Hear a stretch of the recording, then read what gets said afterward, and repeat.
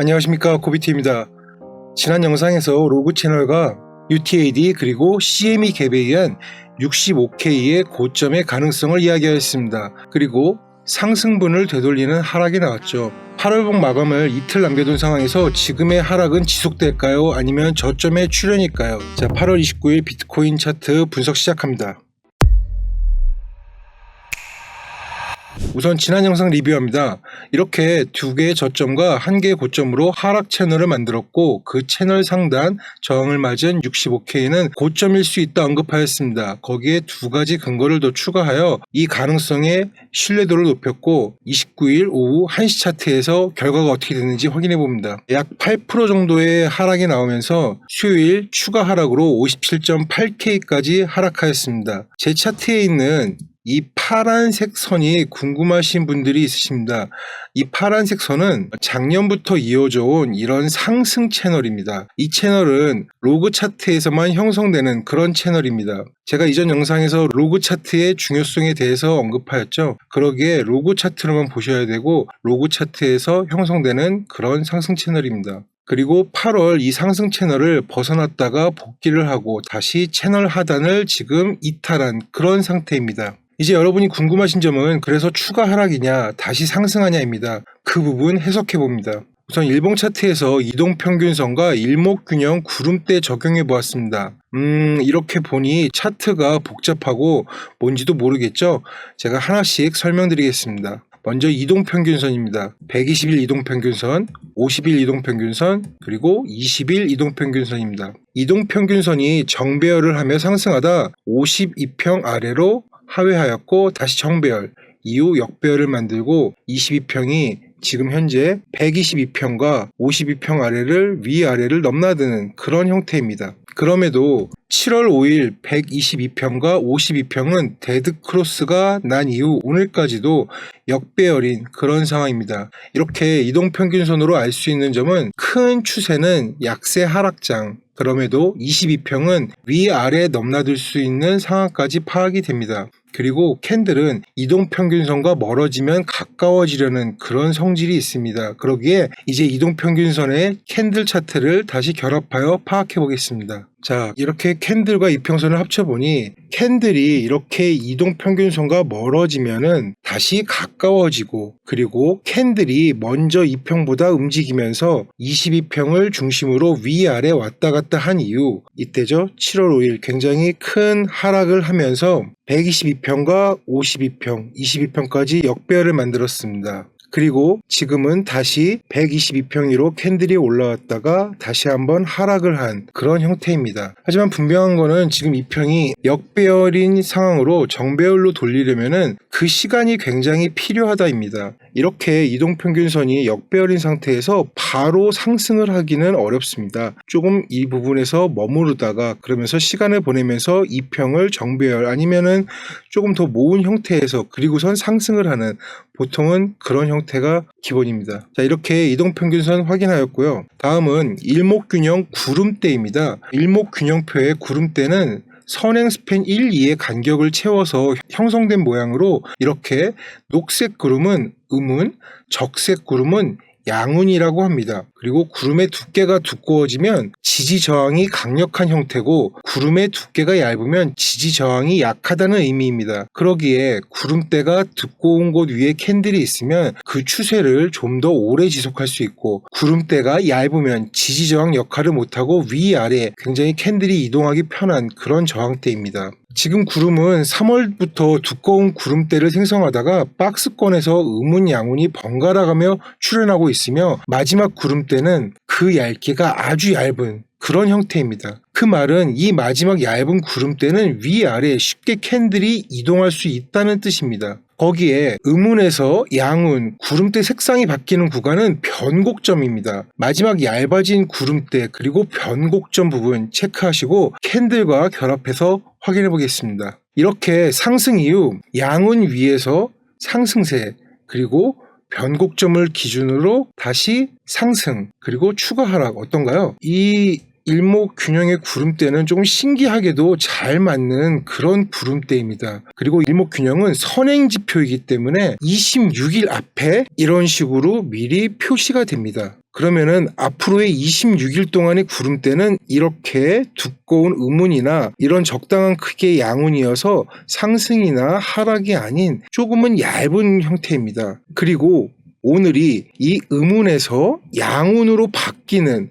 그런 변곡점입니다. 자, 그렇다면 앞으로 26일 동안은 이 변곡점을 오늘 거치고 나면은 이 구름대 위에 있다 하더라도 캔들이 쉽게 아래로 갈 것이며 또 아래에 있다 하더라도 쉽게 다시 위로 갈 수 있는 그런 형태를 표출하고 있습니다. 자, 이렇게 이평선과 일목균형의 구름대를 겹쳐서 보니 앞으로의 형태가 눈에 대략 예상되지 않나요? 이동평균선은 비록 역배열이지만 캔들이 위아래 움직일 수 있는 그런 상황. 그럼에도 상승보다는 약세 하락장인 형태, 거기에 일목구름까지 그 위아래 작은 범위 안에서 요동칠 수 있는 가능성을 암시하고 있는 상태입니다. 자, 이렇게 이동평균선과 일목구름으로 앞으로의 조금은 혼전이 예상되는 그런 추세를 예상하였고요. 이제 다른 방식의 차트 분석으로 병행해 봅니다. 이런 오랜 기간 약 한 1년 8개월의 채널을 이탈하는 것은 하루에 뿅 하고 추세를 전환시키지 않습니다. 길면은 3개월, 지난번에는 한 6개월까지 이런 채널을, 오래된 로고 채널을 벗어나는 그런 형태를 보여드렸습니다. 지금 역시 그 형태를 감추며 이렇게 지그재그하는 형태로 취할 가능성이 굉장히 높아 보입니다. 자, 그리고 이번 고점에서 유효하게 적용하였던 이 채널 이외에도 체크해야 될 채널이 하나가 더 있습니다. 바로 이런 채널인데요. 두 고점과 저점을 이은 상승 채널입니다. 지금 보시는 차트는 일봉 차트고요. 그러면은 이번에 65K가 고점이 출현한 그 하락 채널과 이 상승 채널 두 개를 겹쳐 보겠습니다.